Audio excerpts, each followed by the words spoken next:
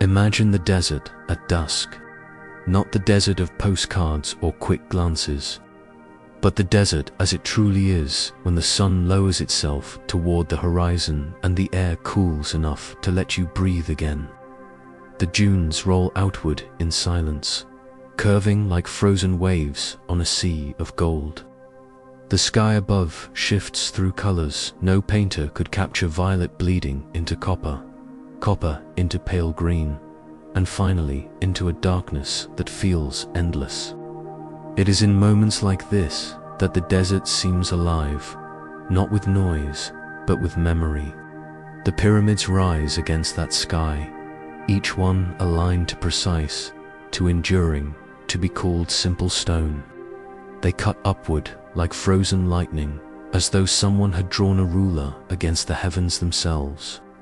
The Sphinx crouches nearby, half lion and half man, its face scarred by wind and time yet unyielding, eyes fixed on a horizon we will never reach.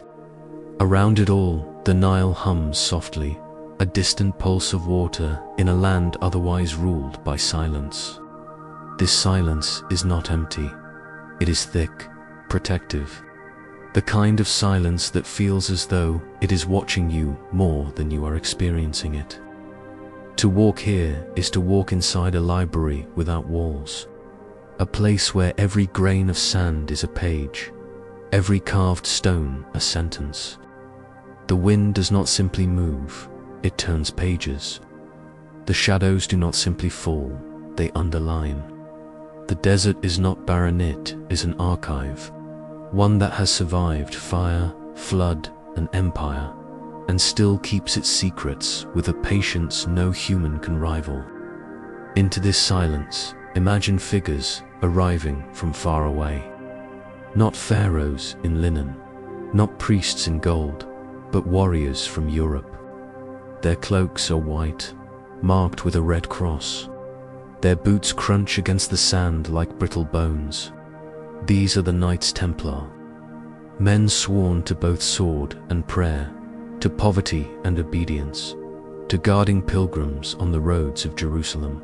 And yet, they are here, far from the forests of France or the castles of England, standing in the shadow of monuments that were already ancient before Christ was born.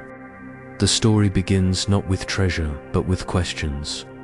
What did these men seek in the desert of Egypt?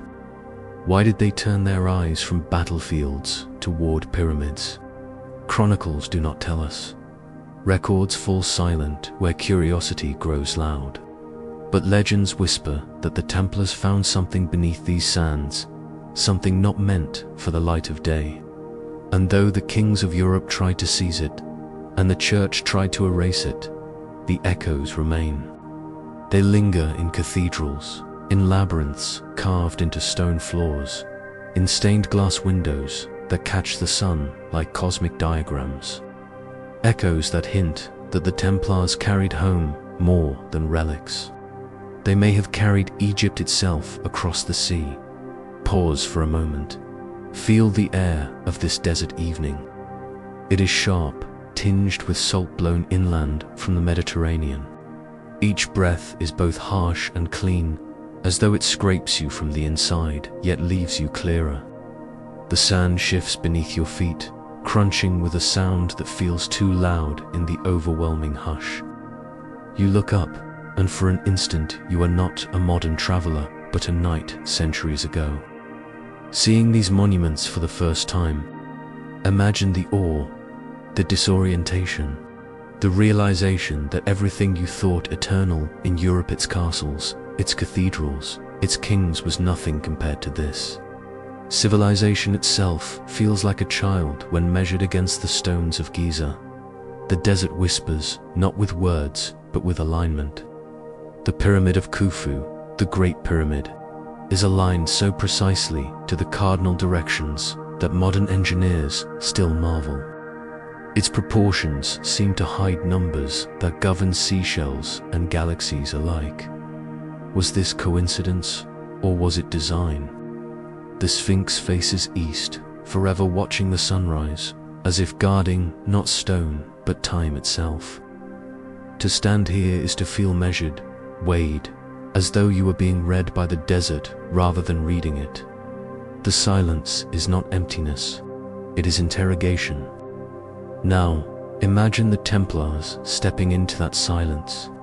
They were men used to order military drills, chants of prayer, the geometry of fortresses.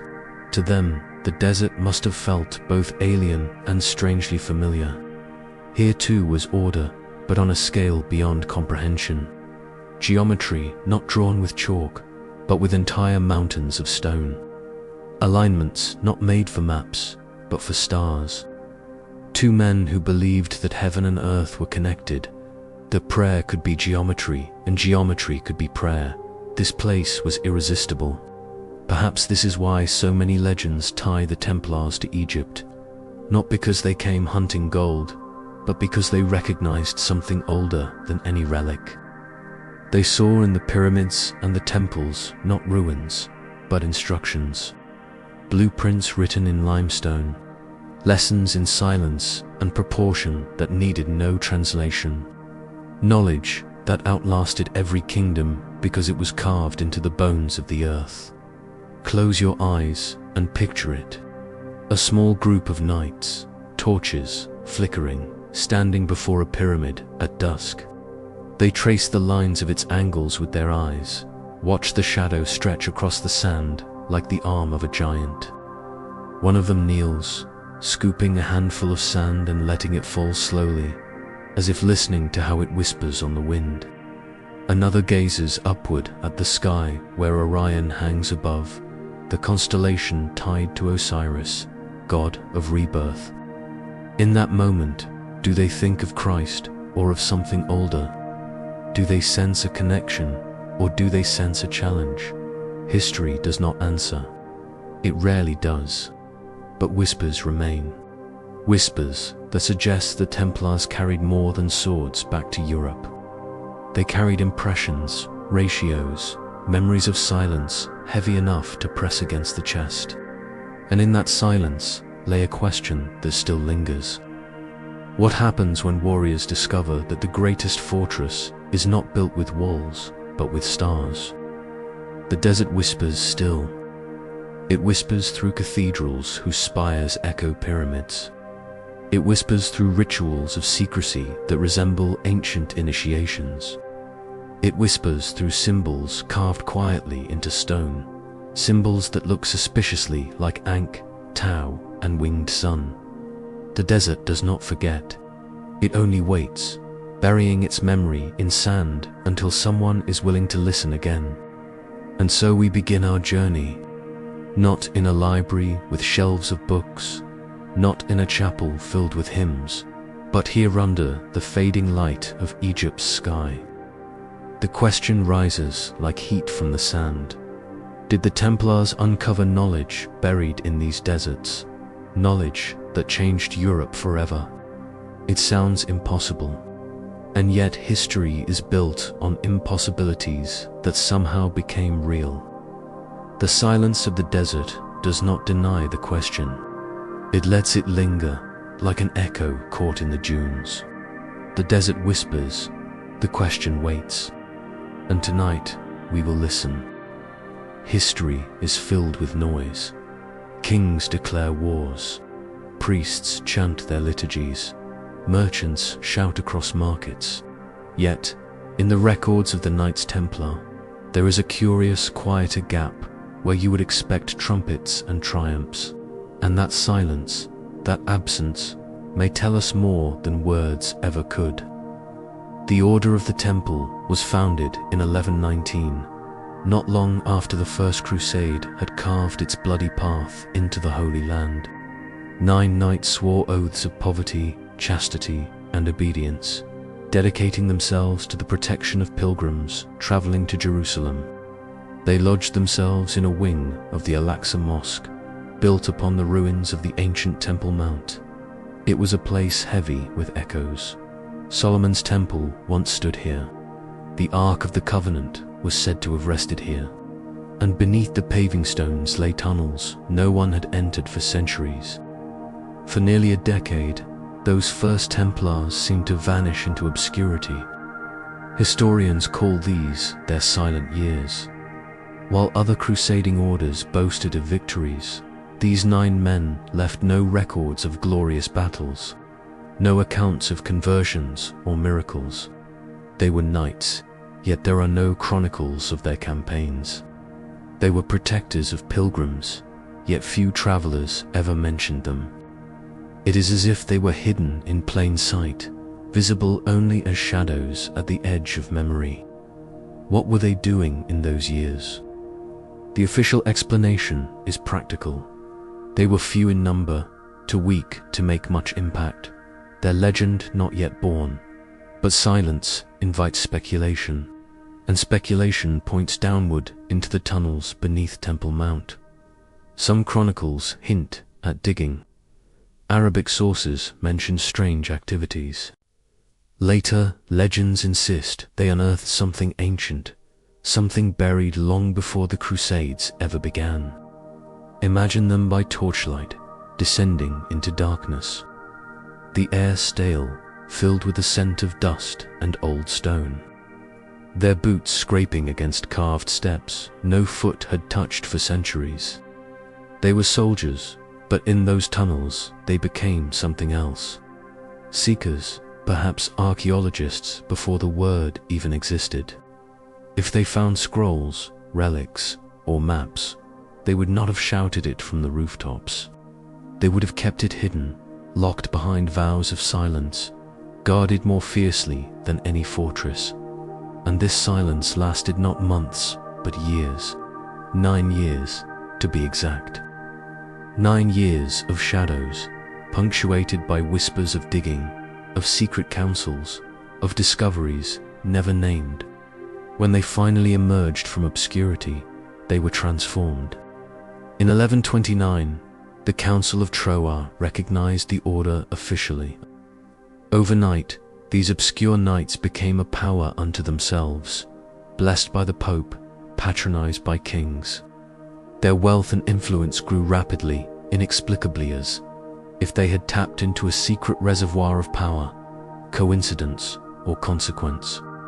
Legends claim that what they found beneath Temple Mount was not merely a relic of Jerusalem, but a trail that pointed further back to Egypt.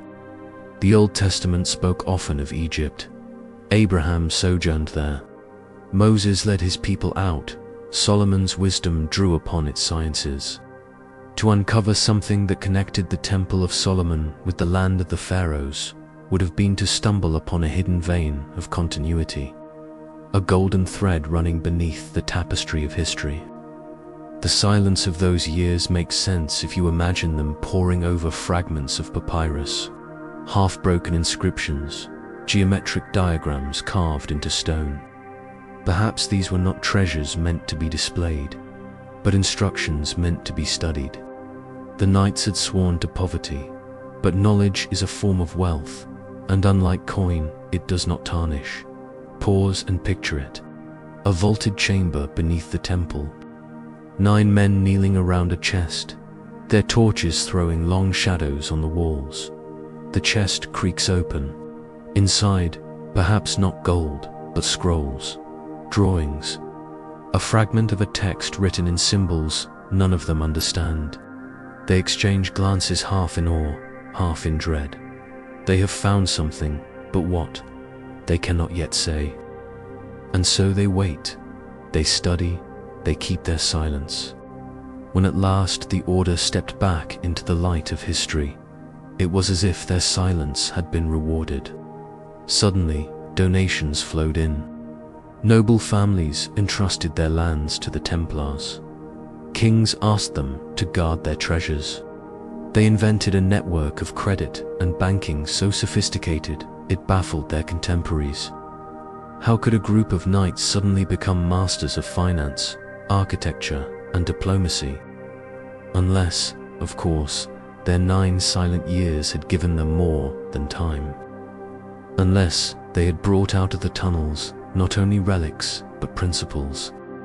Principles of geometry that later shaped Gothic cathedrals. Principles of finance that foreshadowed modern banking. principles of secrecy that allowed mysteries to survive centuries of persecution. Silence, in this case, was not emptiness. It was gestation, the dark womb from which a new order was born. And perhaps, just perhaps, what they carried upward from those tunnels was not confined to Jerusalem. Some traditions claim they found maps leading southward, toward the Nile. Others whisper of documents that spoke of Egypt's ancient wisdom, the sciences of the priests, the rituals of Osiris. If so, their journey into silence was also the first step of a longer journey, one that would take them from Temple Mount to Cairo, from sand to stone, from chapel to pyramid. But we must not rush. To understand the Templars, we must first linger in their silence. Imagine years of secrecy, of digging at night, of carrying soil out by lantern light. Imagine parchments spread out across rough wooden tables, men tracing strange symbols with their fingers, learning to see not only with their eyes but with their intuition. Imagine prayers spoken not for victory in battle, but for understanding of mysteries too vast for words. 9 years of silence, 9 years of gestation, and then emergence. By the time Europe truly heard of the Templars, they were already more than warriors. They were guardians of something invisible, something unspoken. Their silence had forged them as much as their vows. And so we are left with the question, what did they bring out of those tunnels beneath Temple Mount? Was it merely courage renewed, or was it knowledge that would ripple outward across centuries? The chronicles do not answer.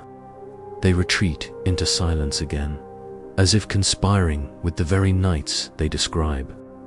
But silence itself has a weight. It presses against history like a hidden hand, steering events we cannot see. The Templars' silent years remain an enigma, but in every enigma lies an invitation. To listen not to what was said, but to what was withheld. To hear not the trumpet, but the hush between notes. To wonder if silence itself can be the loudest proof of all. And if their silence pointed them southward, toward Egypt, then perhaps the desert was already calling them long before they ever set foot on its sands. When silence finally lifted from the Templars' first years, it did not dissolve into noise. It shifted, like the desert wind changing direction. Their order was recognized, blessed, empowered, but still, something pulled them further than the walls of Jerusalem. Not northward to Europe, not westward to Rome, but south, down the winding thread of the Nile, Egypt. The word itself feels heavy, as though it carries more than geography. For the medieval imagination, Egypt was a land half real, half legend, the stage of Moses and Pharaoh, of Joseph who dreamed, of Mary who fled with the Christ child. To set foot there was not only to travel but to enter Scripture. Yet Egypt was also older than Scripture. Its stones spoke a language that had already been ancient when Abraham walked its roads. To the Knights, Egypt must have shimmered like a mirage of possibility. Perhaps the fragments found beneath Temple Mount scrolls, symbols, whispers of Solomon's wisdom, pointed toward the Nile as their true source. For if Jerusalem was a crossroads, Egypt was a fountainhead. Geometry, astronomy, medicine, the mysteries of life and death, all was said to have flowed first from the temples along the Nile. Picture a caravan leaving Jerusalem, Templars on horseback, cloaks pale against the dust, following merchants and pilgrims through deserts where the sky seems to burn by day and freeze by night. The road led them through lands of shifting tongues, Arabic in the markets, Greek in the libraries, Coptic in the monasteries, Latin in their own whispered councils. Each language a fragment, each fragment a clue. The world itself seemed to conspire, drawing them ever closer to the river that had birthed empires. The Nile, when they finally reached it, must have seemed like another kind of silence. Not the hush of sand, but the patient murmur of water.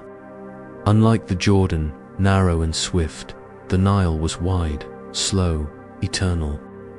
Its banks greened the earth as if refusing the desert's rule. Papyrus swayed in the breeze. Fishermen cast nets whose shapes echoed constellations.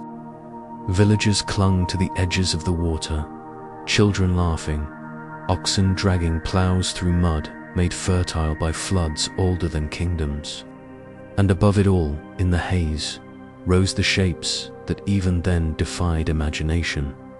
Pyramids. Their edges caught the sunlight like knives. Their bulk humbled even the strongest warrior.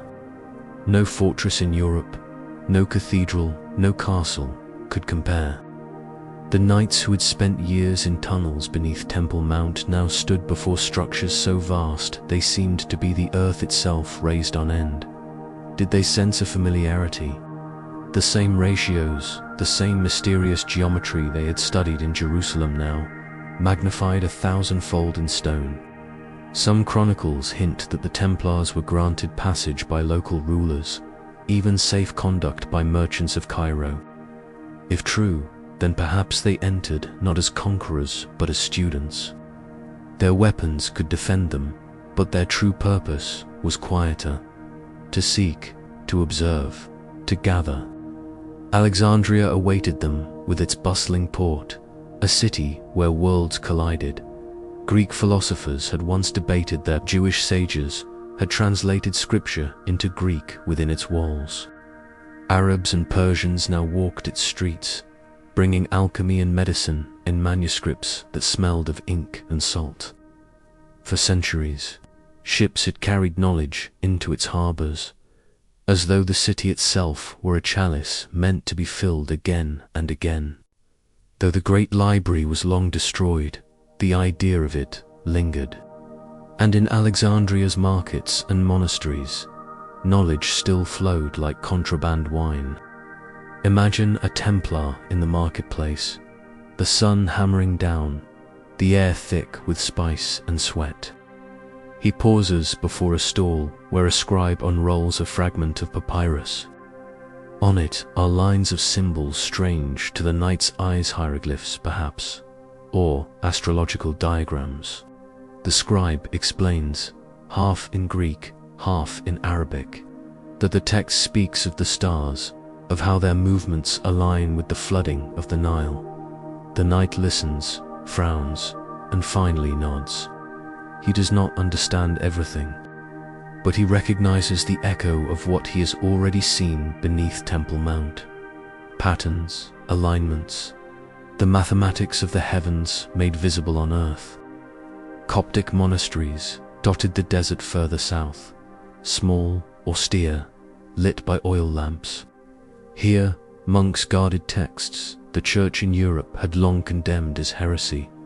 Gospels never canonized, writings of hermits who claimed visions of heaven and hell, and fragments of hermetic wisdom that traced themselves back to Thoth, the god of writing. For the knights, sitting in these dim rooms must have felt like stepping across a threshold into forbidden memory. Did they copy those texts? Did they memorize them by firelight? No one can say.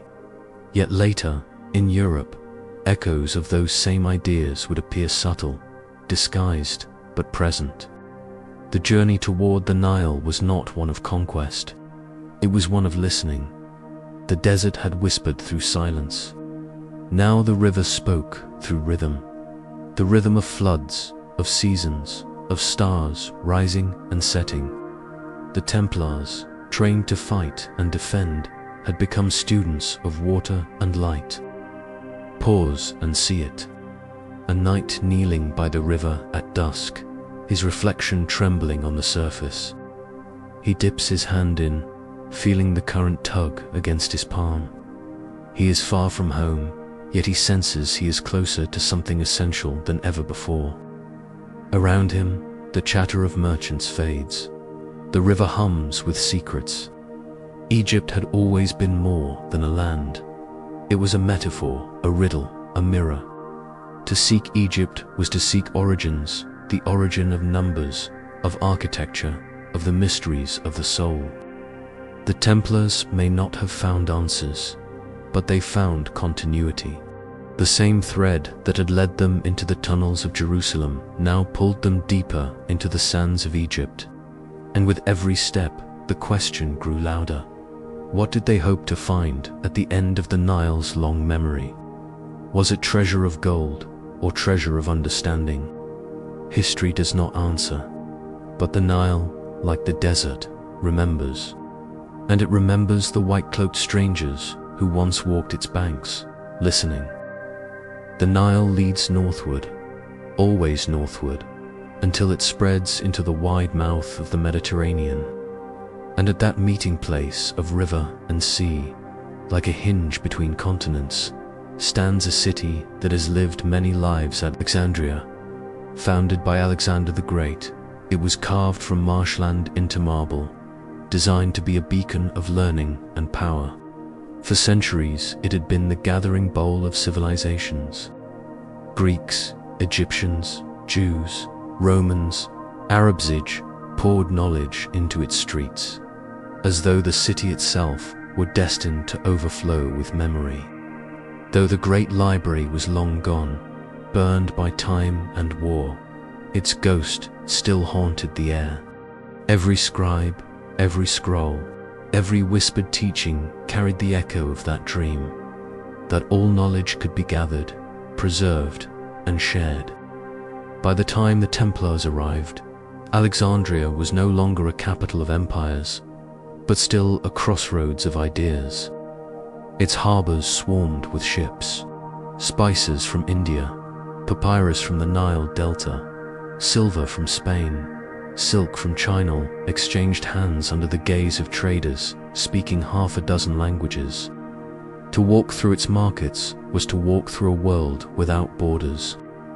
Imagine the knights stepping off their horses, cloaks dusty from the desert, entering this city where memory itself seemed alive.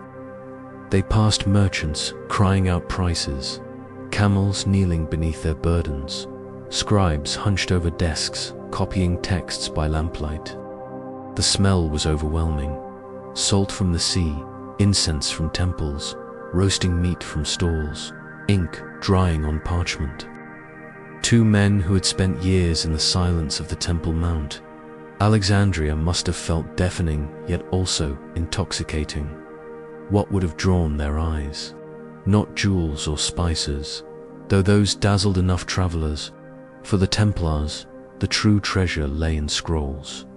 Alexandria was still a city of texts. Monks, philosophers, physicians, all kept their libraries, small echoes of the one that had burned. Here a Greek commentary on Plato, there a Coptic translation of a gospel never canonized. Elsewhere an Arabic treatise on alchemy, filled with diagrams of furnaces and stars. Knowledge did not lie in one great hall anymore. It flowed through alleyways, hidden in satchels, traded like contraband. Picture a Templar pausing at a stall where a fragile papyrus is unfurled. On it, a hymn to Ra, the sun god, written centuries before Christ. The knight's brow furrows. He cannot read the symbols, but he feels the rhythm of the text, the way lines mirror rising and setting. A scholar nearby translates. This hymn speaks of rebirth, of the journey of the soul through light. The knight listens in silence, hearing echoes of prayers he knows from his own chapel, different names, but the same longing. Elsewhere, another knight enters a quiet chamber attached to a monastery. The walls are lined with manuscripts stacked like bricks. A Coptic monk hands him a text, the Gospel of Thomas, words of Christ never included in the canon. The kingdom is inside you, and it is outside you, the text reads. The knight grips the parchment. Is this heresy or revelation? He cannot decide. He only knows that the words burn with a familiarity he cannot explain. In another quarter of the city, Arabic scholars debate around a low table. They speak of Hermes Trismegistus, the legendary sage who blended Egyptian wisdom with Greek philosophy. As above, so below, they recite. To the Templars, these words must have struck like lightning. They had seen geometry in the pyramids, stars reflected in temples, heaven mirrored on earth. Now here was a phrase, concise and unforgettable, that captured the very principle they had been sensing without language. Alexandria was not simply a city, it was a threshold. To walk its streets was to move through layers of time. One building spoke Greek, another spoke Coptic, another Arabic. In its markets, a knight might hold in one hand a papyrus written before Moses, and in the other a codex copied last month. The past and the present mingled freely here, like currents in the harbor. Did the Templars purchase texts? Did they strike bargains with scribes, exchanging gold not for weapons but for wisdom? Chronicles are silent, but the silence is suspicious. How else can we explain the sudden flowering of architecture, finance, and symbolism that followed them back to Europe? It is as if they carried with them not one treasure, but an entire library disguised, fragmented, hidden in memory and ritual. Imagine the nights they spent in Alexandria, a night sitting in a lamplit chamber, listening as a scholar explains the movement of the stars. The air heavy with incense, the pages rustling as a breeze slips through the window. Outside, the sea beats against the shore, steady as a heartbeat. The night feels as though the world itself is a book, and he is learning, at last, how to read it. Alexandria was a city of memory, but memory is never neutral. What you choose to remember and what you allow to be forgotten, this is the true power. The library burned, but fragments survived, and those fragments could be reassembled by those willing to listen. The Templars, with their vows of silence and secrecy, were perfectly suited to become keepers of such fragments. They would not trumpet their discoveries. They would guard them, protect them, weave them quietly into stone and ritual until no one could tell where Egypt ended and Europe began. Pause now and picture the harbor of Alexandria at night. Torches flicker on the docks. Ships creak against their moorings. And among them, a vessel waits, its hold filled not with spices, but with scrolls, parchments, diagrams. Knights in white cloaks walk the planks, their boots echoing softly. They are leaving, but the city has marked them. Its memory now flows within them, a river deeper than the Nile. And so, the Templars departed, carrying Egypt not in their saddlebags, but in their minds. Geometry, symbols, texts, whispers all packed invisibly into the silence they had perfected. Back in Europe, cathedrals would rise that caught the sun like the temples of Ra. Rituals would emerge that mirrored initiations as old as Osiris. Finance would blossom with the hidden logic of balance and proportion. The echo of Alexandria was everywhere, though spoken by voices that never named it. What did the Templars truly discover in Alexandria? We cannot say, but we can sense it. In every Gothic arch, in every labyrinth of stone, in every symbol carved discreetly into chapels, Alexandria speaks. It survived not in one great library, but in the quiet minds of those who carried fragments back across the sea. And perhaps, even now, the city still waits. Its stones remember, its markets echo, and in the sound of the waves at night, one can almost hear it whisper, "Knowledge is never lost. It only changes hands." Leave the bustle of Alexandria behind, and the road narrows into dust. The sound of waves fades, replaced by the whisper of sand and the cry of desert birds. Travelers follow paths barely marked, winding between low hills of rock and stretches of sun-bleached emptiness.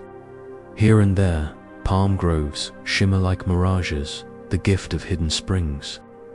And at the edges of these oases, walls rise from the sand, monasteries small and severe, their stones weathered by centuries of wind. These are the Coptic monasteries of Egypt, isolated, silent, eternal, the Copts Christians of Egypt. Heirs of a faith older than Rome itself had kept their watch here long after empires rose and fell. Their chants were sung in Coptic, a language that carried the cadences of ancient Egyptian, even as it bore the cross of Christ.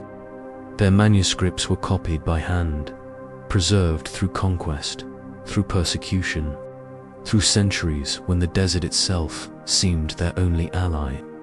For the Knights Templar, stepping into these monasteries would have been like stepping across a threshold into forbidden memory. Within these walls, Christianity had a different shape stripped of Latin grandeur, closer to the dust of its origins. The monks wore plain robes, ate little, spoke less.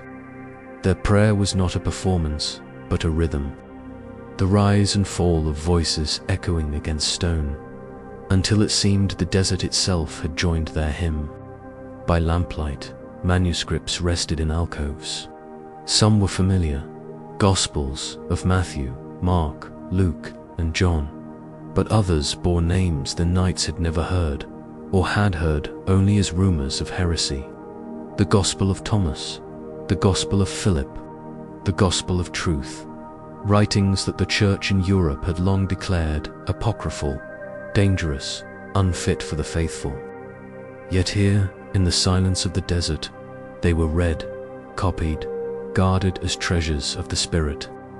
Imagine a knight sitting with a monk in a low chamber lit by a single oil lamp. The monk unrolls a scroll, his fingers calloused from years of labor. He reads slowly, "If you bring forth what is within you, what you have will save you. If you do not bring it forth, what you do not bring forth will destroy you." The knight listens, frowning, his hand resting on the hilt of his sword. The words are unlike any sermon he has heard in Europe. They are not about obedience, but about inner fire. Not about law, but about hidden truth. Is it heresy, or is it revelation? Elsewhere in the monastery, another monk shows a codex filled with writings attributed to Hermes Trismegistus, the mythic sage who spoke of the unity of heaven and earth. As above, so below, the text declares. The knight remembers the pyramids, the stars, the geometry that mirrored itself across sky and stone. The phrase lodges in his mind, like a seed in fertile soil. The desert outside the walls hums with silence, but inside, words burn quietly, carrying a different kind of power. Forbidden gospels, hermetic fragments, visions of worlds beyond. For the Coptic monks, these were not secrets, they were survival. For centuries, they had preserved what the wider church sought to erase. For the Templars, they were revelations waiting to be carried across the sea. Picture a night in the monastery. The knights gathered in a dim hall, their cloaks spread across the floor. A monk chants in Coptic, his voice rising and falling like waves. The knights bow their heads, not in ritual they know, but in awe they cannot explain. The lamp flames flicker, casting shadows that stretch long across the walls. In those shadows, the knights glimpse something they cannot name. The sense that Christianity is larger, older, more mysterious than the doctrines they had sworn to defend. What did they do with these texts? Did they copy them, memorize them, hide them in their packs? History does not say. But centuries later, echoes of these forbidden gospels would resurface in Europe in whispers of mystics, in the symbols of cathedrals, in the secret teachings of brotherhoods that claim descent from the Templars. Ideas that the soul contains its own light, that heaven and earth are mirrors, that silence guards truths too dangerous for open speech. For the Copts, the desert was both prison and sanctuary. Here they preserved memory not by shouting it to the world, but by burying it in silence until the right ears arrived. The Templars may have been those ears. They had already learned to guard secrets in Jerusalem. Now they listened again, this time to voices from Egypt, voices that spoke of a Christ both within and beyond, of mysteries woven into the fabric of creation. Pause now and picture the desert monastery at dawn. The first light bleeds across the horizon, painting the walls gold. The monks file into the chapel, their chants carrying into the chill air. And at the back, among them, stands a knight in white, his red cross stark in the half-light. He listens, his breath visible in the cold. He does not understand all the words, but he feels their weight, their ancient cadence. He knows he has entered a place where memory has survived, not by force, but by faith. The desert keeps secrets well. It buried pharaohs, preserved papyri, guarded the gospels Rome rejected, and now, perhaps, it whispered them into the ears of men who would carry them far away, into cathedrals and councils that never guessed their true origin. The Coptic monks and their forbidden gospels were not meant for conquest. They were meant for preservation. Yet, in the hands of the Templars, they became seeds. Seeds that would later bloom in unexpected places, in labyrinths carved into cathedral floors, in stained glass that seemed to diagram the cosmos, in rituals whispered behind closed doors. What exactly did the Templars take from the monasteries of Egypt? We cannot be sure. But we know this: the desert did not keep its memory for itself. It shared it with those who were willing to listen in silence. And the question lingers: when the knights returned to Europe, did they bring only swords and shields, or did they carry with them the unspoken gospels of the desert, hidden in their silence like a flame carried beneath a cloak? The desert at night is a place of silence so deep it feels alive. The stars blaze above like cold fire, and the dunes shift faintly in the wind. Somewhere in the distance, the Nile moves in darkness, its steady flow the only reminder of life in a land of stone. And at the edge of this vast silence crouches a figure older than memory, the great Sphinx. Carved from a single block of limestone, it has watched for thousands of years, its body scarred by sandstorms, its face worn but unyielding. Half lion, half man, it looks east, greeting each sunrise as if guarding not only the horizon, but something buried deep beneath its pores. To most travelers, the Sphinx is a monument. To others, it is a question written in stone. Stories whispered for centuries tell of hidden chambers sealed beneath the Sphinx. Ancient writers spoke of passages leading into darkness, of vaults that held knowledge older than dynasties. Later, Arab chroniclers wrote of tunnels beneath its body, filled with treasures locked away before the Great Flood. And in the Middle Ages, when the Crusades carried warriors east, the rumor grew louder. Beneath the Sphinx lay the Hall of Records, a library of the world before the world. Imagine a Templar knight standing in the shadow of the Sphinx at dawn. He has marched across deserts, fought in sieges, prayed in chapels. Yet nothing has prepared him for this. The colossal body stretches before him, paws buried in sand, face gazing beyond time itself. He knows the stories that a chamber lies within, a vault that holds the wisdom of forgotten ages. He wonders if the monks who whispered of hidden gospels were pointing here all along. The Sphinx itself seems to resist answers.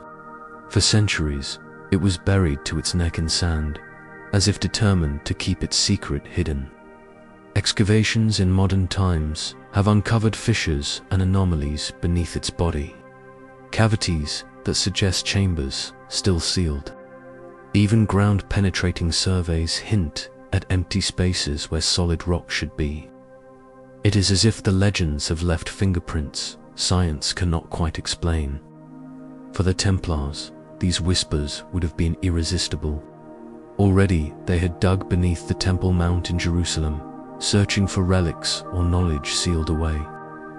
Already they had listened to monks in Egypt who spoke of scriptures hidden in deserts. To hear that beneath the Sphinx itself lay a library or hall of records would have stirred their imagination like fire on dry grass. What would such a hall contain? Legends say it holds scrolls older than Moses, maps of the stars before history began, records of civilizations drowned by flood. Some imagined diagrams of pyramids, measurements of time, even prophecies written in symbols no church could ever sanction. To find such a chamber would not be to find treasure. It would be to find a mirror for all of human history.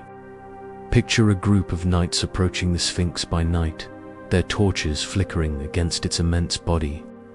They trace the weathered lines of its pores, searching for seams in the stone. Local guides whisper of tunnels long sealed, of passages where air grows stale. Perhaps they pay these guides to dig, or perhaps they simply listen, marking the stories in memory. The desert wind covers their footprints by morning. Nothing is recorded. Yet the silence that follows suggests something was found. Centuries later, cathedrals in Europe would rise with proportions echoing Egyptian geometry, with labyrinths spiraling like maps of stars. Was this mere coincidence, or was it the echo of knowledge carried back from the desert? Knowledge perhaps traced on walls deep beneath the Sphinx. The Hall of Records remains legend. Scholars dismiss it as myth, a story woven from fragments of hope and fear. But myths often outlast facts because they speak to something deeper. The Sphinx is real, the chambers hinted at are real, the silence beneath the stone is real. And for those who believed in hidden knowledge, that was enough. The Templars may not have unearthed the hall itself. They may not have broken into a chamber beneath the Sphinx. But perhaps they did not need to.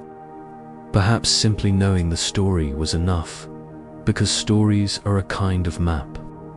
A legend of a hidden hall could inspire knights to build their own archives, their own secret vaults in Europe, to protect not gold, but knowledge, to hide away texts, diagrams, instruments, just as the desert hid its scrolls. And so, the Hall of Records becomes less a place than an idea, that somewhere, beneath stone or beneath silence, there exists a library no fire can burn, no king can seize. A library waiting for those who dare to seek it. The Templars may have carried that idea home, embedding it in rituals of secrecy, in architecture that encoded the stars, in whispers of mysteries older than Christendom. The Sphinx remains where it always has, watching. Sand has buried it and uncovered it. Storms have scarred it. Armies have marched past it. But it endures, silent, patient, guarding whatever lies beneath. And so the question lingers. Did the Templars ever touch the secrets under its paws? Or did the Sphinx, keeper of silence, keep its mysteries intact, waiting still for a future age to listen? When you first stand before the Great Pyramid, it does not feel like stone. It feels like silence made solid. The sides rise with such precision that they align almost perfectly with the cardinal points of the Earth. The base is so square that even modern engineers, with laser levels and satellites, marvel at the feat. Its proportions are not arbitrary. Hidden in its angles are numbers, the golden ratio, pi, and other constants that echo through seashells. galaxies, and even the spiral of human DNA. To measure the pyramid is to measure creation itself. For the ancients, geometry was not a science alone, it was theology. Numbers were not tools, they were truths. The line, the circle, the square, these were sacred symbols, prayers written without words. A temple built in harmony with the stars was more than architecture. It was a mirror of the cosmos, a way to live within eternity. The Knights Templar, sworn to both prayer and war, must have felt this revelation in their bones. They were men of discipline, men who drilled in formation, who marched by measure, who built fortresses with precision. But in Egypt, they saw geometry elevated to the divine. The pyramid was not just a monument, it was a sermon carved in stone. Imagine a knight standing in the desert twilight, compass in hand. He traces an arc in the sand, testing what he has seen on papyrus and stone. The curve meets a ratio he cannot dismiss, a harmony that feels less like mathematics and more like revelation. In that moment, he realizes, to build is to pray, to measure is to worship. When these knights returned to Europe, cathedrals began to rise as if summoned by invisible blueprints. Gothic spires stretched toward heaven, their arches lifting weight as if defying gravity itself. Rose windows bloomed in colored glass, their petals radiating with the same symmetry found in lotus blossoms on the Nile. Labyrinths, etched into cathedral floors, spiraled like the Nile's currents, guiding pilgrims in circles that were both journey and prayer. These were not coincidences, they were translations. The language of stone carried from Egypt into Europe, spoken anew in cathedrals that became Bibles of geometry. Consider the rose window. To most, it is decoration, a kaleidoscope of colored light. But to those who know, it is a map of creation. Circles within circles, ratios that mirror the stars. To stand before it is to stand before a frozen cosmos, captured in glass and stone. The Templars did not need to proclaim their discoveries openly. They inscribed them into architecture, into the very walls of Christendom, hiding Egypt in plain sight. Even their financial systems echoed this devotion to number. Ledgers balanced with ratios, credits and debits recorded with the same precision used to trace arches. To them, numbers were not simply coins counted, they were patterns of trust, invisible architecture binding empires together. The phrase whispered in Hermetic texts, as above, so below, became more than philosophy. It became practice. To build in harmony with geometry was to echo heaven on earth. Each arch was a prayer, each ratio a hymn, each measurement a bridge between mortal and divine. Imagine now a Templar master mason unrolling parchment in a dimly lit chamber. By candlelight, he sketches a chapel, compass in one hand, square in the other. He marks dimensions, not for convenience, but for meaning. 3 windows for the Trinity, 12 columns for the Apostles, ratios drawn from the golden mean, so that the very walls will sing of harmony. To outsiders, it is architecture. To him, it is liturgy in stone. This way of thinking transformed the Templars into more than warriors. They became custodians of a cosmic code. Their fortresses were secure, yes, but they were also aligned, measured, infused with significance that whispered of Egyptian origins. Their chapels glowed with stained glass that traced light as carefully as any solstice temple along the Nile. Was it conscious borrowing? Or was it something deeper, recognition that truth is universal, that numbers speak the same language in every age? We cannot be certain, but the echoes are undeniable. The pyramid's silent sermon reappears in the arches of Chartres. in the spires of Notre Dame, in the labyrinths pilgrims still walk today. Geometry as theology, stone as scripture, numbers as prayers. And the question remains, did the Templars deliberately carry Egypt into Europe, or did they merely awaken to a truth that had always been there, waiting in the silence of numbers? The desert has always been a harsh teacher. Heat by day, cold by night, sandstorms that erase footprints and even villages. To survive here, one must know more than how to wield a sword. One must learn how to heal. Egypt, long before the Templars set foot on its soil, had been a land of physicians. The embalmer's art, meant to preserve the body for eternity, revealed secrets of anatomy no medieval surgeon could match. Perfume makers distilled oils from frankincense and myrrh, not only for temples, but for wounds and fevers. In markets fragrant with cinnamon, aloe, and cassia, remedies were sold beside spices, each jar holding a memory of older science. To walk through a Cairo bazaar in the 12th century was to walk into a living pharmacy. Glass jars gleamed in the sun, powders and resins labeled in Arabic script, their recipes inherited from scrolls copied across centuries. Arabic physicians, heirs to both Greek and Egyptian traditions, recorded their knowledge in books filled with diagrams of veins, bones, and organs. Hospitals stood as centers not only of healing but of study, clean, ordered, and alive with debate. Imagine a Templar knight stepping into one of these hospitals.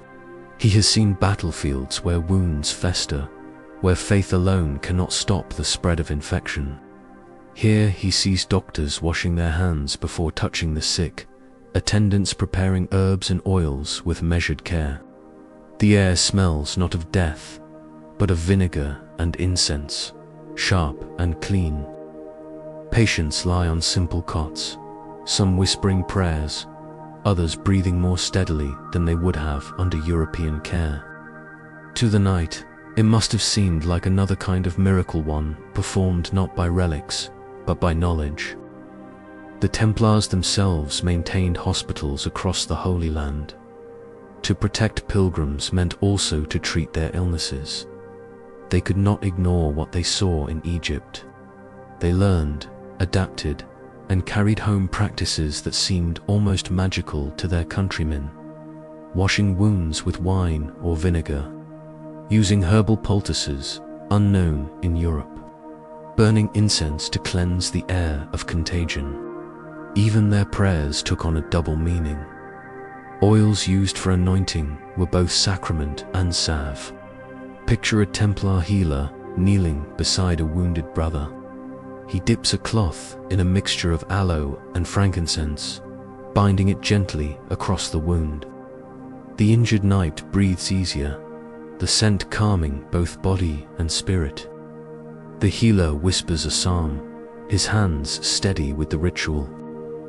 In that moment, healing is not divided between medicine and faith, it is one. The roots of this knowledge stretch far back. The Ebers Papyrus, written around 1500 BC, contained hundreds of remedies, some simple, some strange, but many surprisingly effective. It described honey for wounds, castor oil for digestion, garlic for infection, remedies that modern science would later confirm as useful. Through Arabic scholars, fragments of this heritage lived on, circulating in manuscripts that Templars could have glimpsed or acquired. To them, such texts were more than medical notes. They were whispers of a deeper philosophy, that the body and the soul were not separate, that to preserve one was to aid the other. Embalmers had treated the body as a vessel for eternity. Physicians treated the living body with the same reverence. For the Templars, who prayed daily and faced death constantly, this union of care and faith must have resonated deeply. We can trace the echoes. In Europe, after the Templars' rise, hospitals multiplied. Their methods grew sharper, their remedies broader. Wine and vinegar were used to cleanse. Exotic herbs appeared in apothecaries. Incense, once thought merely symbolic, was understood to purify air. Slowly, quietly, the Nile's medicine flowed northward, yet much of it was hidden. Medieval chroniclers rarely admitted that healing arts came from Egypt or from Arabic physicians. To acknowledge such influence was dangerous, for the Church often denounced foreign remedies as superstition. And so the knowledge survived in silence, wrapped in ritual, disguised in prayer, carried by orders like the Templars who knew when to keep their mouths closed. Imagine a knight returning to France, overseeing a Templar infirmary. He teaches his brothers to boil bandages, to wash their hands, to burn herbs at the bedside. He does not explain where he learned these practices. He does not speak of Cairo's hospitals or of desert scrolls. He simply shows them what works. And soon, patients begin to recover at rates that others call miraculous. The knowledge of the Nile, hidden in silence, becomes part of Europe's rebirth. Medicine was not the only inheritance. Alongside herbs and oils came a philosophy of balance. That sickness was not only of the flesh, but of the spirit. To heal was to restore harmony, just as geometry restored harmony in stone. In this, the Templars found another bridge between Egypt and their own vows. For them, every act of healing was also an act of devotion, a mirror of their dual nature as soldiers and monks. The desert kept many of its secrets buried in sand, but medicine traveled more easily. Carried in jars, in manuscripts, in memory, it crossed borders quietly, often unnoticed. To most crusaders, it was nothing more than curiosity. To the Templars, it was treasure knowledge that could save lives, knowledge that could not be burned or confiscated. And so the Nile gave them more than architecture, more than symbols. It gave them healing, oils and herbs, resins and rituals, memory preserved in fragrance and flame. The question is not whether the Templars learned from Egypt's medicine. The question is, how much of what we call Europe's own healing traditions are actually the desert-esque gift, carried home in silence by men who knew the value of secrets? If geometry was the language of eternity, then symbols were its poetry. They crossed borders more easily than armies, whispering their meanings across centuries, changing form yet never dying. In Egypt, symbols were more than decoration. They were living signs, each carrying layers of power, political, spiritual, cosmic. And when the Templars came, they saw not just stone, but code.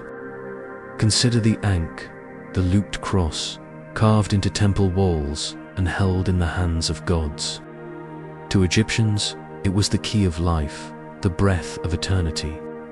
In tombs, it promised resurrection. In rituals, it symbolized the union of heaven and earth. To a Templar knight, already bound by a faith that spoke of eternal life, the Ankh must have glimmered with uncanny familiarity. The cross they wore on their cloaks was different in shape, yet the meaning echoed. Life beyond death, power carried through sacrifice. In some chapels later linked to the Templars, carvings resemble the Tau cross, a form close to the Ankh's T-shape. Was this coincidence, or was it the whisper of Egypt repurposed in stone? Then there is the winged sun disk, carved above temple doorways, its outstretched feathers sheltering the path within. To Egyptians, it was the sun in its strength, Razai, a shield of divine protection. In Europe, centuries later, we find rose windows flaring like suns, their colored glass radiating outward like wings of light. Cathedrals became not only houses of prayer, but mirrors of the Egyptian Sun Temple, light streaming through glass just as it once streamed through pylons at Karnak. The bee, too, carried its secret journey. In Egypt, bees were linked to royalty, said to have sprung from the tears of the sun god Ra. Pharaohs wore the bee as a mark of sovereignty, a symbol of industrious order and divine right. The Merovingian kings of France, ancestors revered in Templar legends, also bore bees as emblems. Centuries later, Napoleon revived the same symbol. Coincidence or an unbroken chain of memory hidden in heraldry? And the lotus, blooming from Nile mud, unfolding its petals each morning toward the sun. To Egyptians, it was creation itself, the cycle of death and rebirth, the promise of light after darkness. To walk into a Gothic cathedral and look upward is to see stone blooming like lotus petals, arches opening into light. Did masons, inspired by Egyptian motifs, carve Europe's own stone lotus into sacred architecture? Symbols do not travel as artifacts alone. They travel in ritual. Egyptian priests held the ankh to the lips of statues in the opening of the mouth ceremony, granting breath to the divine. Centuries later, Christian ritual would press a book or cross to the lips of the initiated, granting not breath but the word, to ceremonies distant in time, yet alike in gesture. Imagine a Templar in a monastery chamber, the light of a single torch flickering. Before him, carved into the stone wall, is a symbol not from any European tradition, a looped cross, faint but deliberate. He touches it with his gloved hand, feeling its grooves. For him, it is not heresy, but a hidden kinshipper, reminder that truth wears many garments. He whispers a prayer, unsure if he is addressing Christ or a memory older still. The Templars became masters of secrecy. Their vows bound them to silence, their rituals cloaked in mystery. Outsiders accused them of idolatry, of worshipping strange images. Perhaps these accusations were slander, but perhaps, just perhaps, they were glimpses of truth, symbols borrowed, adapted, hidden in plain sight, not to replace their faith, but to enrich it. For the Templars, to kneel before the cross was not only to see Golgotha, it was also, silently, to remember Egypt's eternal ankh. When their order fell, many of these symbols lived on. In the lodges of Freemasons, the square and compass became central echoes of Egyptian geometry, of builders who measured not only stone but stars. The all-seeing eye, radiant with light, became an emblem of watchfulness, strikingly close to the eye of Horus. Ritual gestures of secrecy, passwords, oaths all, mirrored practices older than Christendom, woven seamlessly into a new tapestry. But how did these symbols survive? Not in books alone, for books could be burned. Not in speech, for words could be silenced. They survived in stone and ritual, carved into capitals of cathedrals, traced into labyrinth floors, hidden in the play of light through glass. They survived in gestures whispered during initiation, in prayers spoken softly behind closed doors. Egypt, buried in Europe, still spoke its language, the silent grammar of symbols. Pause and imagine a cathedral nave. Sunlight filters through a rose window, scattering red and blue across stone pillars. Pilgrims kneel, whispering prayers. They do not know that the shapes above them trace the same cosmic diagrams once carved in desert temples. They do not know that the spiral beneath their feet echoes the lotus or the coiled serpent. Yet they feel it. The space lifts them, calms them, orders them. Symbols work even when their meanings are forgotten. The Templars may never have confessed to carrying these symbols, but their silence is telling. For in silence, symbols thrive. They cross ages without explanation, whispering truths that outlast words. And so we ask, when we stand today in a Gothic cathedral, are we only inside a Christian house of prayer, or are we also unknowingly walking through a temple of Egypt, its symbols reborn in stone, waiting patiently for us to notice? Not all treasures are guarded by stone walls or buried beneath sand. Some lie in plain sight, hidden not by secrecy but by indifferent scrolls, parchments, fragments of memory waiting for the right hands to recognize their worth. In the 12th century markets of Cairo and Alexandria, knowledge was currency. Walk through their narrow alleys and the air vibrates with the calls of merchants. Spices piled high in baskets, bolts of silk glimmering in the sun, brass lamps catching firelight. But among these tangible goods, another trade whispered quietly texts. Scribes sat cross-legged in the shade of awnings, their reed pens scratching across papyrus or parchment. Before them lay scrolls wrapped in linen, codices bound in leather, pages filled with Greek, Arabic, Coptic, or Hebrew script. To most passers-by, these were curiosities, objects for scholars or clerics. But to men trained to recognize patterns, men like the Templars, they were treasure chests. Imagine a knight moving through the market who'd drawn low over his white cloak. He pauses before a scribe who unrolls a sheet of papyrus. Symbols line its surface, geometric diagrams, stars charted against months, numbers woven into columns. The scribe explains in broken Latin that this is a copy of a Greek work preserved by Arab scholars, a treatise on medicine and the movements of the heavens. The knight nods. Gold coins pass from his hand to the scribes. The papyrus is quickly rolled, wrapped, and hidden beneath his cloak. Such exchanges did not draw attention. No trumpets announced them, no records preserved them. Yet through these bargains, fragments of entire civilizations crossed borders. A single transaction might place in Templar hands a text once copied in Alexandria's library, thought destroyed, yet surviving in translation. Another might yield a scrap of Hermetic wisdom, a commentary on Plato, or a Coptic gospel forbidden in Europe. The scribes themselves were guardians as much as merchants. They knew the value of their wares. Some copied texts at great risk, hiding them from authorities who feared heresy.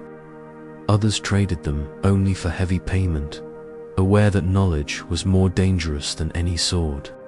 In the bustling chaos of the market, these quiet exchanges were revolutions. Picture the scene: a narrow alley lined with stalls. The air is thick with the scent of cardamom, cumin, and ink. Torches flare as dusk settles. A knight kneels beside a scribe, both speaking in hushed tones. The knight's hand rests on a pouch of gold. The scribe's hand rests on a bundle of scrolls. Around them, the market hums with noise, but between these two men, silence reigns. They are not buying and selling. They are exchanging futures. The Templars understood that knowledge had to be portable. Gold could be seized. Castles could be stormed. But a single page, hidden in a satchel, memorized in silence, could change generations. They carried these texts across deserts, across seas, across borders hostile to anything foreign. Some manuscripts may have been lost to fire or theft, but others arrived in Europe, hidden in archives, disguised in symbols carved into cathedral stone, whispered in the rituals of brotherhoods that claimed descent from the Templars. The bargains extended beyond paper. Scribes offered oral teaching to a story here, a fragment of myth there, an explanation of a symbol that might otherwise remain obscure. A knight might learn that the spiral drawn in the margin of a manuscript was not decoration but a map of time, or that a phrase repeated in a Coptic text echoed the chant of Egyptian priests thousands of years earlier. The market was not only commerce, it was initiation disguised as trade. Why did the Templars risk it? Because they knew knowledge was power. The Church in Europe guarded orthodoxy fiercely, condemning heretical texts. To possess such writings openly was dangerous, but to carry them in silence, to weave them into architecture, ritual, and symbol that was safer and perhaps more effective. Imagine a parchment bought in Cairo, later studied in a Templar commandery in France. Knights gather in a dim hall, candles flickering as one of their brothers reads aloud. Diagrams of the stars, ratios of geometry, lines that hint at cosmic harmony. They do not announce these teachings to the world. They incorporate them into their cathedrals, into their codes of secrecy, into the very structure of their order. Egypt flows quietly into Europe, disguised as silence. The bargains of the scribes were never written into chronicles, yet they left fingerprints everywhere.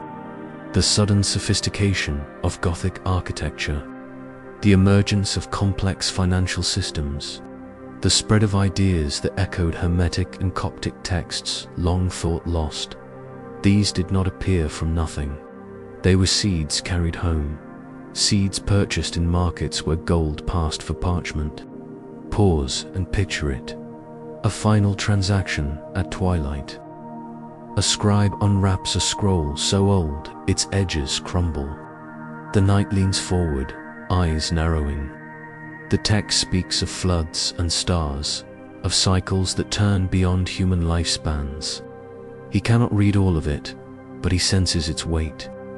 The scribe smiles faintly, knowing this knowledge is too heavy for coin alone. The knight nods, places a hand on his sword knot, as threat, but as pledge. Gold is given, the scroll exchanged. Both men know the bargain is larger than either of them. And so the desert did not guard all its secrets in stone. Some it released through hands of scribes, through fragile pages carried in silence across the sea. The question that lingers is this: how much of what we call Europe's rebirthed architecture, its science, its mysticism was born not in its own soil, but in bargains whispered in markets beneath the Egyptian sun? Every story of ascent must one day face descent. For the Knights Templar, it came not on the battlefield, but in the shadows of politics and fear. On the morning of Friday, October 13th, 1307, the order awoke to betrayal. Across France, by command of King Philip IV, Templars were arrested in their commanderies. The charges were dark: heresy, idolatry, sorcery, and blasphemy. Their wealth was seized, their leaders imprisoned, their symbols smeared as wicked. And yet, curiously, the accusations often mentioned strange rituals, kissing of objects, secret words, reverence for hidden icons. Were these inventions of their enemies, or glimpses of something true, misunderstood by those who feared silence more than swords? The Templars had always thrived in secrecy. Their vows of silence, their hidden archives, their guarded rituals, all of it now worked against them, for secrecy breeds suspicion. In the torture chambers of Paris, confessions were extracted, though no two agreed. Some spoke of idols, others of whispered prayers, others of spitting on the cross. Scholars argue these were lies forced by pain. But beneath the smoke of accusation, there may still have been a fire. Rituals shaped by knowledge too foreign for Europe. Symbols borrowed from Egypt. Prayers translated from forbidden gospels. When the order was dissolved, it seemed their light had been extinguished. Their Grand Master, Jacques de Mar, was burned at the stake in 1314, his ashes scattered on the Seine. Their lands were confiscated, their treasuries emptied, their commanderies abandoned or absorbed. To the world, the Templars were finished, but silence has its own survival. Rumors spread of ships slipping away from French harbors on the night of the arrests. carrying treasure not of gold but of documents and relics. Some whispered that they sailed west to Portugal or Scotland, where kings were less obedient to papal command. Others imagined them crossing the Atlantic, carrying their secrets to a new world long before Columbus. Still others said they vanished underground, their rituals preserved in hidden brotherhoods. And in the centuries that followed, new societies began to appear. They called themselves Masons, builders of cathedrals. They claimed descent not from knights, but from stonecutters. Yet their rituals, their symbols, their oaths bore uncanny echoes of Templar silence.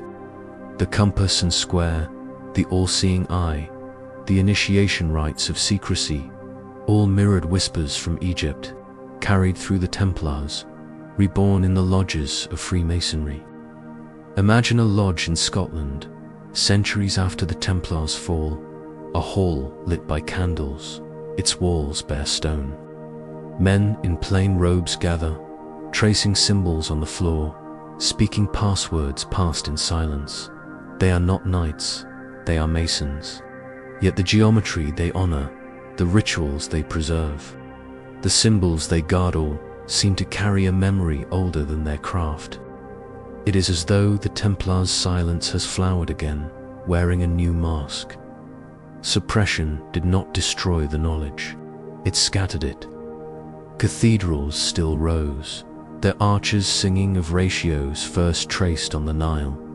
Secret brotherhoods still whispered prayers shaped by hermetic fragments. Symbols still bloomed in glass and stone, hiding in plain sight. The church may have burned bodies, but the ideas had already seeded themselves too deeply. Even the accusation of idolatry may conceal truth. Some said the Templars worshipped a bearded head called Baphomet. To their enemies, it was proof of heresy. But some scholars wonder, was this a corruption of the Arabic Muhammad? Or was it something else, a mistranslation of symbols they carried from Egypt? Faces carved on papyri or statues misunderstood by those who demanded simple answers? What if the idol was not a devil at all, but a memory of wisdom too complex for the church to name? Picture again the day of Jacques de Malay's death. As flames rose around him, he is said to have cried out a curse on king and pope alike. Within a year, both were dead. Was it vengeance from heaven, or the final echo of a man who knew that fire cannot consume silence? For silence is not absence, it is preservation. The Templars' survival was not in armies or castles. It was in memory, scattered like seeds across Europe. Some landed in Scotland, where Roslin Chapel would one day rise, carved with motifs that seemed to blend Christian and pagan, Egyptian and Gothic. Others flowed into Portugal, where the Order of Christ continued the Templars' work under another name, funding voyages that would open the age of exploration. Others sank deeper into lodges and brotherhoods, where initiation and symbol ensured that Egypt's whisper would never be lost. And so the story turns. The order fell, but the silence lived. The lodges grew, the symbols spread. Architecture became scripture, ritual became archive. The desert's whispers survived in stone, in glass, in secret words passed from lip to ear. Today, when we see a compass and square etched above a doorway, or a rose window blazing with geometry, or a labyrinth traced into cathedral floors, we see fragments of that survival. Not proof, not certainty, but echoes. The silence of the Templars, the memory of Egypt, the survival of symbols. And so the question lingers.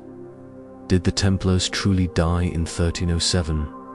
Nor did they simply shed one skin, retreating into secrecy, waiting for the world to notice that their silence had never ended. Silence can travel.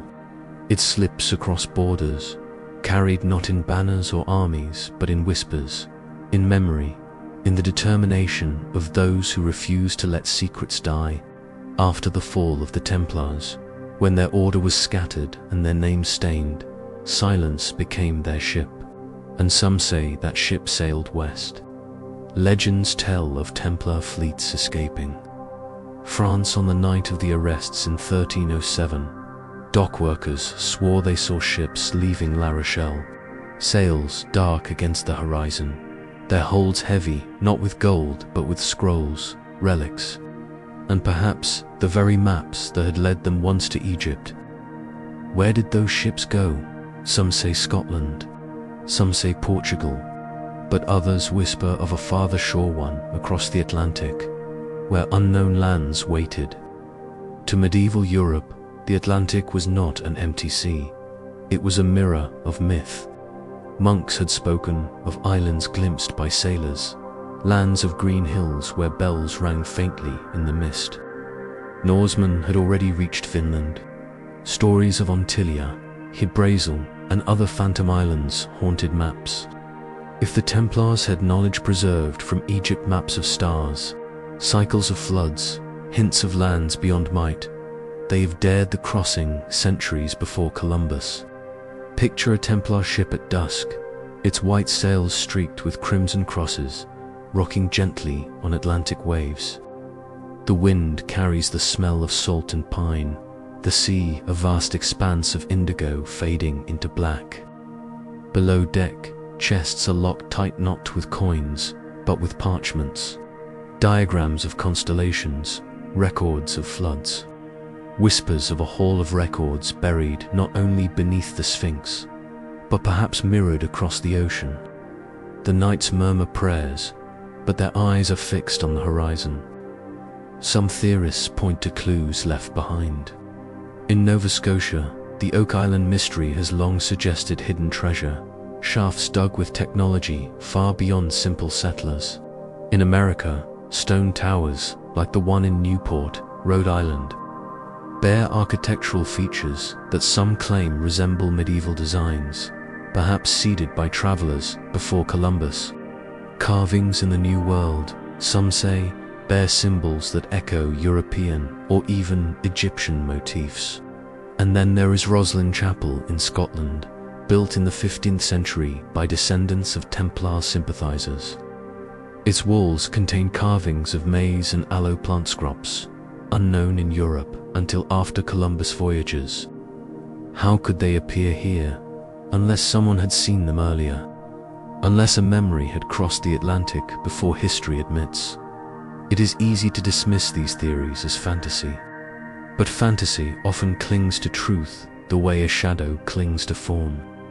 The Templars were masters of navigation, connected to maritime trade routes, funded by wealth, and driven by secrets.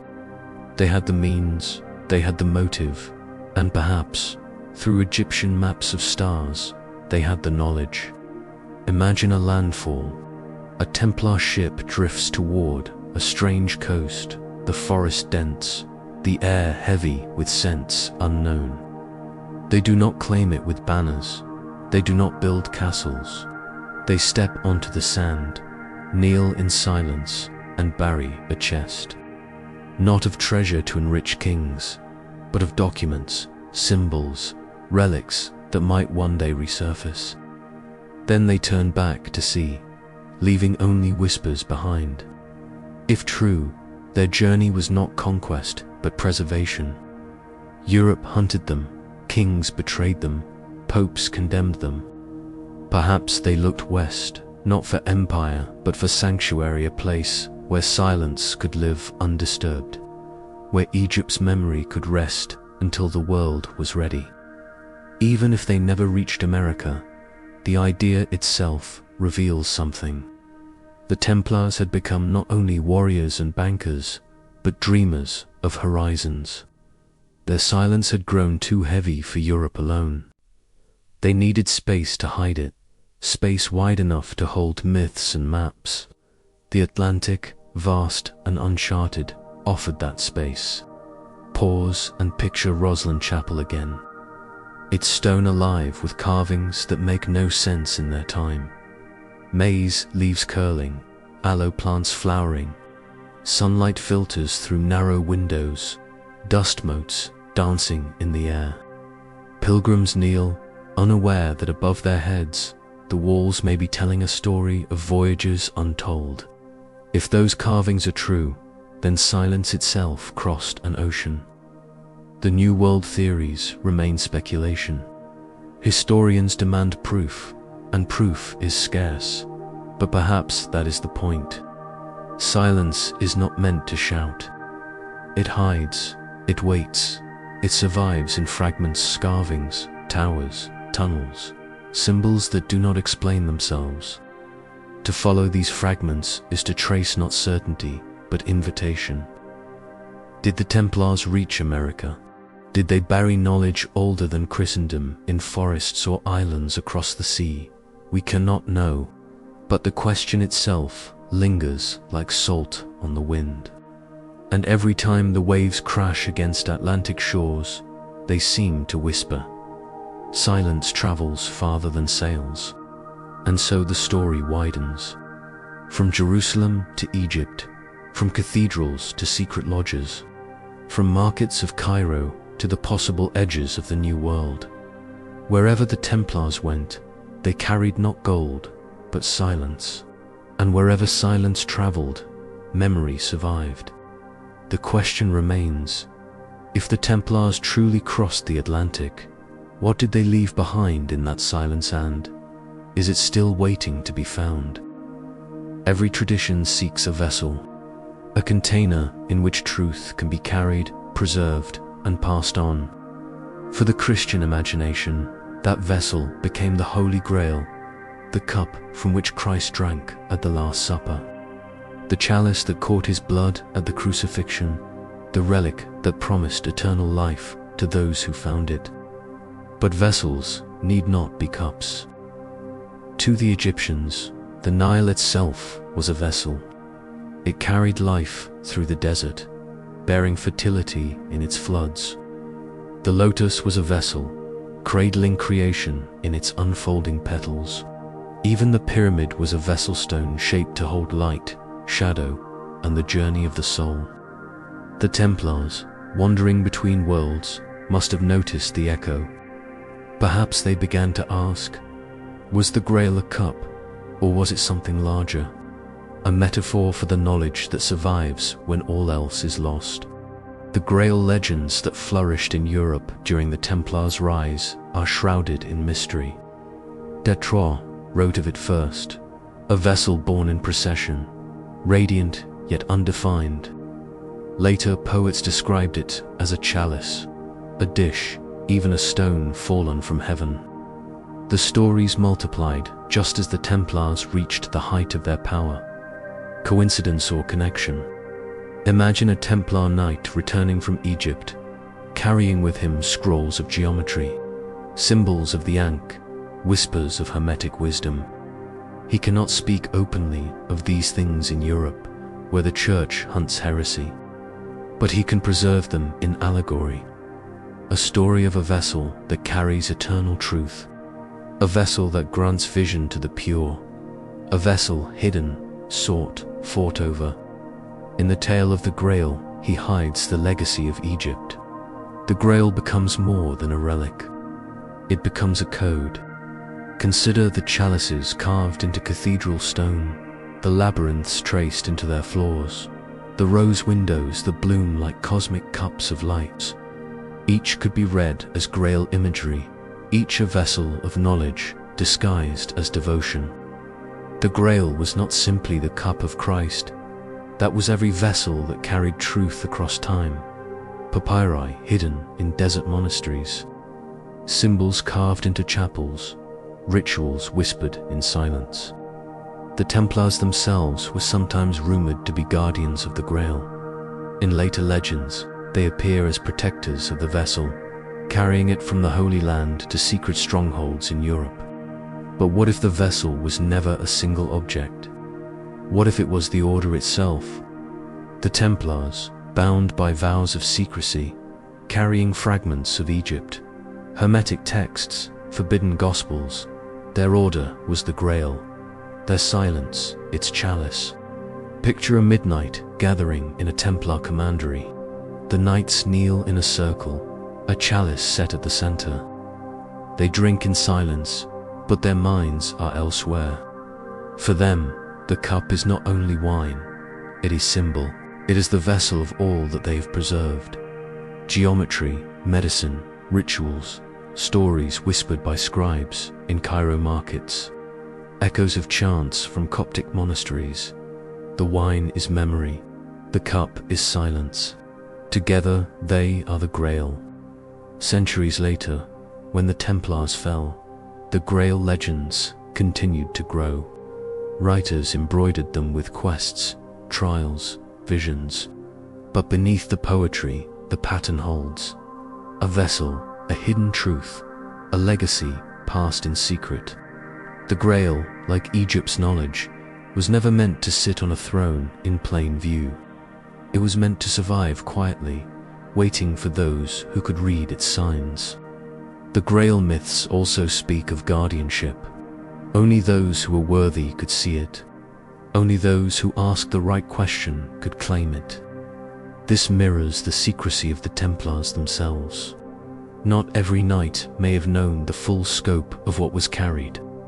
Only the initiated, only the silent, were entrusted with fragments of the hidden legacy. The Grail was never lost. It was concealed by those who knew that truth cannot survive unguarded.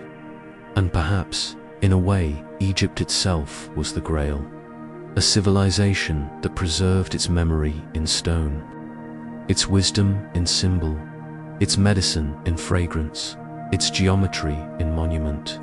The Templars drank from that vessel, and in doing so, carried its taste into Europe. Every cathedral, every ritual, every symbol that echoed Egyptian origins was a sip from the Grail. The cup was not made of gold, it was made of silence. Pause and picture Roslin Chapel once more, stone blooming with symbols too strange for its age. Maize and aloe, stars and roses, angels holding chalices carved into arches. Pilgrims kneel, never knowing that they kneel inside a vessel itself. The chapel is a Grail, the legacy of Templars and their silence poured into stone. The Grail is not an answer. It is a question, a reminder that truth survives not in objects, but in what objects represent. The Grail asks, what will you preserve? What will you carry in silence? For the Templars, the answer was clear. They carried Egypt, disguised as geometry, hidden in ritual, encoded in stone. They carried the Grail not in their hands, but in their order itself. And though kings burned them, though popes cursed them, the vessel remained unbroken. The legacy endured. And so the question lingers. When we search for the Grail, are we looking for a kupor? Are we already standing inside it, surrounded by the hidden legacy of silence that the Templars poured into history? Stories, like rivers, eventually converge. They begin as streams in mountains separate, wandering, fragile and then they flow together until one current carries them all. The story of the Templars is such a river. It begins in Jerusalem, cuts through the sands of Egypt, winds through cathedrals of Europe, and some say it even reaches the distant shores of the New World. Along the way, it gathers fragments, symbols, rituals, gospels, geometry, medicine, myths of grails and hidden halls. And in its convergence, a single question rises. What was the legacy they sought to preserve? Think of the strands. From Egypt came geometry that turned stone into theology, numbers into prayers.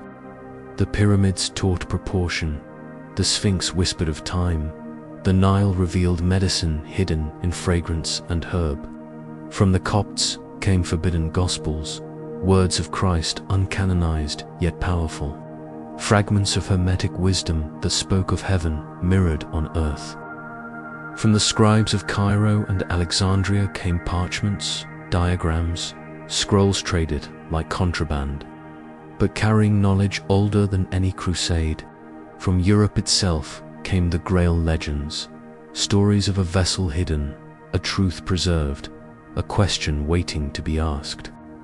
And from the shadows of their suppression came the lodges, the Masonic halls, the secret brotherhoods where symbols survived, whispering Egypt's memory in new forms. Each of these strands alone is powerful. Together, they form a tapestry too intricate to dismiss. Imagine standing in a Gothic cathedral. The spires rise like mountains, arches bend like lotus petals, rose windows blaze like suns, pilgrims shuffle, candles flicker, prayers murmur.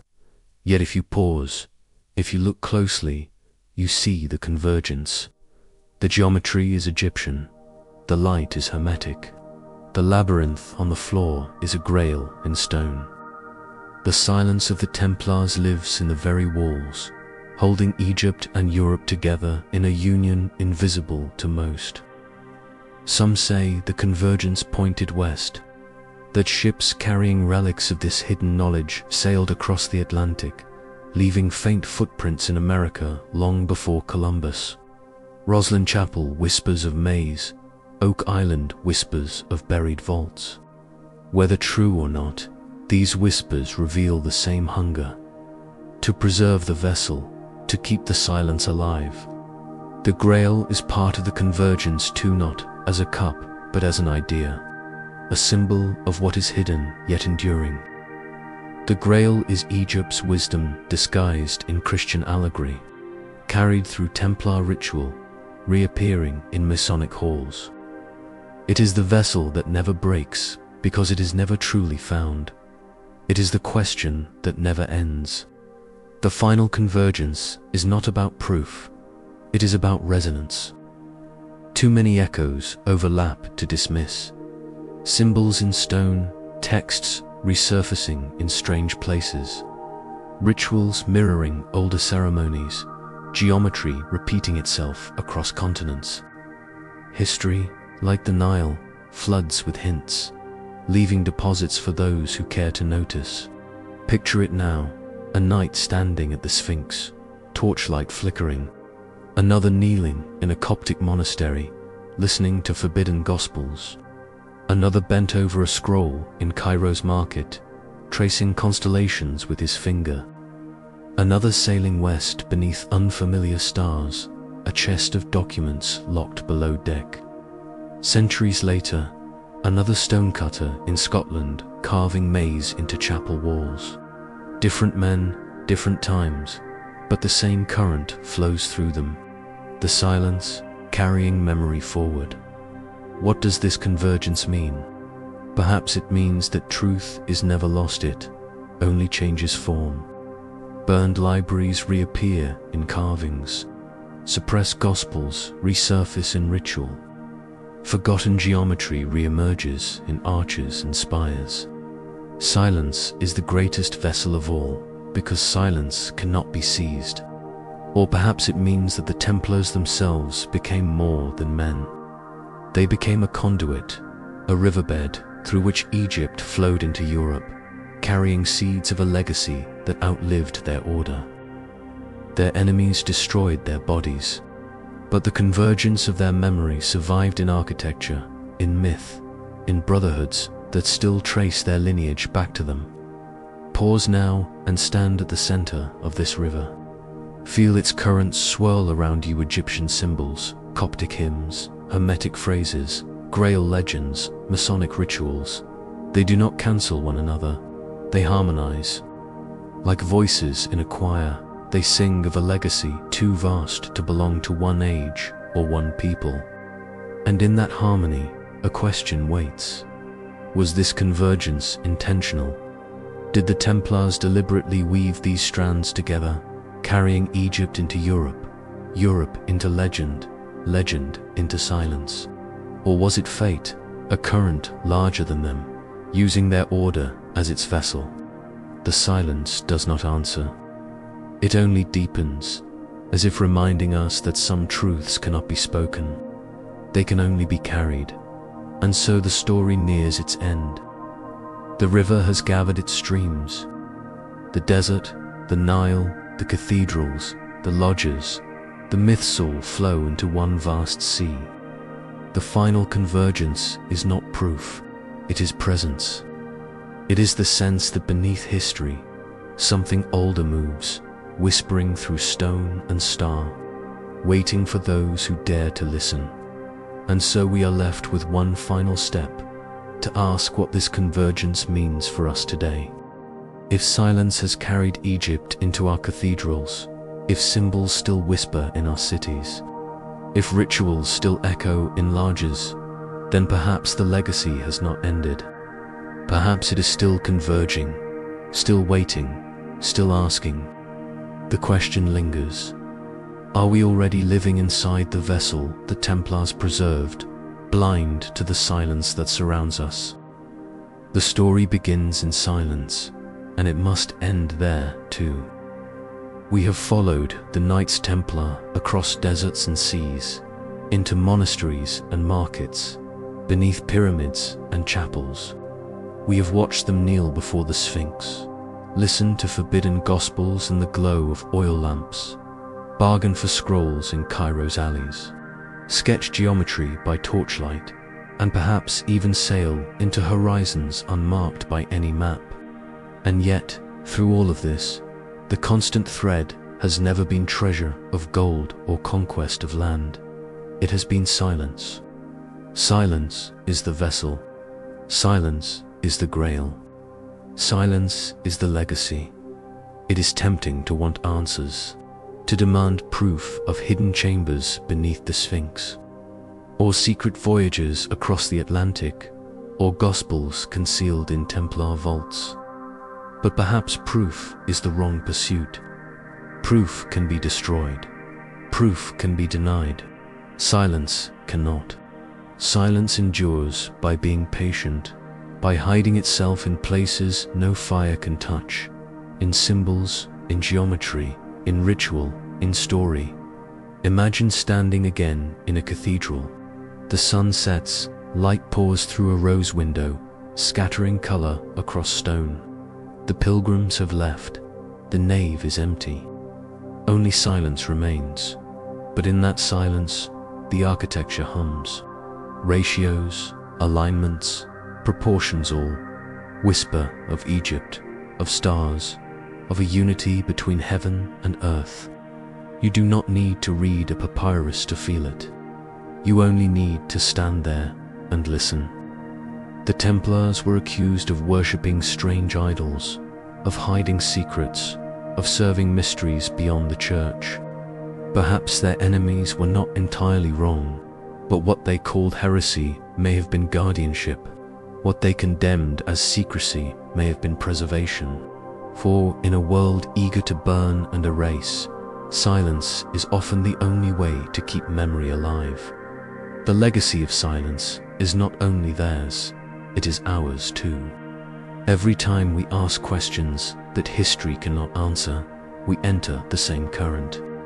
Every time we notice the echo between a pyramid-esque geometry and a cathedral-esque rose window, we drink from the same vessel.